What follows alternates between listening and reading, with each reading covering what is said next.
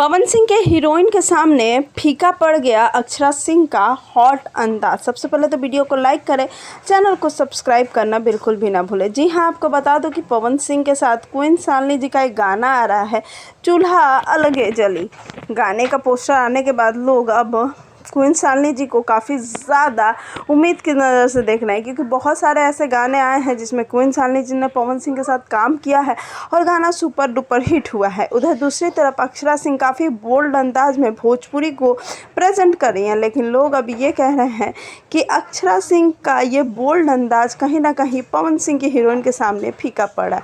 और सच बात बता दूं कि अक्षरा सिंह के जितने पोस्ट पे लाइक नहीं आ रहे, उतने पवन सिंह के एक गाने पे रील्स बनाने के बाद पवन की हीरोइन क्वीन शालिनी जी पे आ रही हैं।